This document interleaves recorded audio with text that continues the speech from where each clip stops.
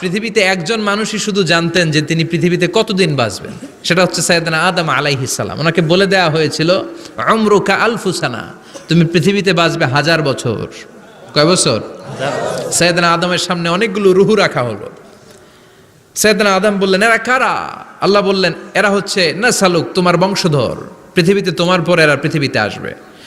সাইয়েদনা আদম বললেন, আল্লাহ ওই যে একটা রুহু দেখা যায়, এটার নাম কি? আল্লাহ বললেন, হাদা ইবনুকা দাউদ, এটা তোমার ছেলে দাউদ, সে দুনিয়াতে নবী হয়ে আসবে, তার ছেলে সুলাইমানও নবী হয়ে আসবে।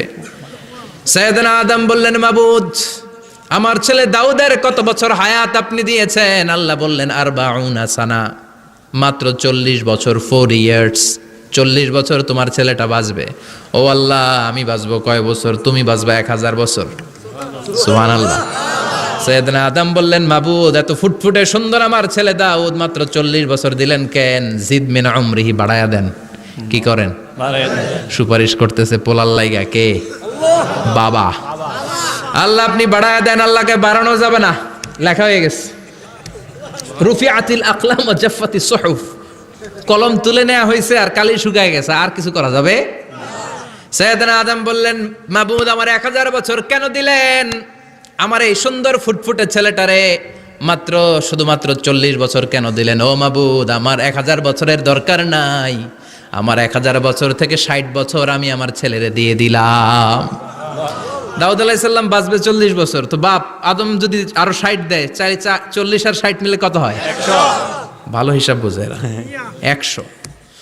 আর আদম আলাইহিস সালাম পেয়েছিলেন 1000 বছর, 60 কমে গেলে রইল কত? 940 বছর পৃথিবীতে থাকার পরে মালাকুল মাউত চলে এসেছে। কারণ এটা on time, the death will come on time, it never late, কখনো দেরি হয় না।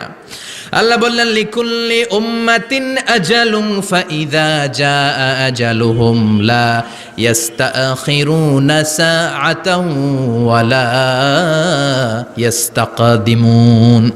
মৃত্যুর একটা নির্ধারিত সময় আমি বেঁধে দিয়েছি, অন টাইম, অন টাইমেই চলে আসে, 1 সেকেন্ড আগেও আসবে না, 1 সেকেন্ড পরেও আসবে না। 940 বছর বয়সে মালাকুল মাউত এসে হাজির, এসে বলল, জিইতু আন আকবাদা রূহাক, রূহ